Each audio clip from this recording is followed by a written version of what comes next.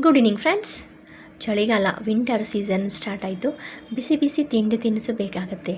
ಅದರಲ್ಲಿ ನಾವು ಮಿಲೆಟನ್ನು ನೋಡೋಣ. ನವಣೆ ಅಥವಾ ಸಾವೆಯನ್ನು ಯೂಸ್ ಮಾಡ್ಕೊಂಡಿರೋ ಹುರುಳಿ ಹಾಕ್ಕೊಂಡಿರುವಂಥ ದೋಸೆ. 1 ಕಪ್ ಹುರುಳಿ, ಸಾವೆ ಅಥವಾ ನವಣೆ ಯಾವುದೂ ಮಿಲೆಟನ್ನು, 1 ಕಪ್ ಮೆಂತ್ಯ, ಒಂದಿಷ್ಟು ಅವಲಕ್ಕಿ. 8 ಅವರ್ಸು ಸೋಕ್ ಮಾಡಿಕೊಂಡು ಸಾಫ್ಟಾಗಿ ಗ್ರೈಂಡ್ ಮಾಡ್ಕೊಳ್ಬೇಕು.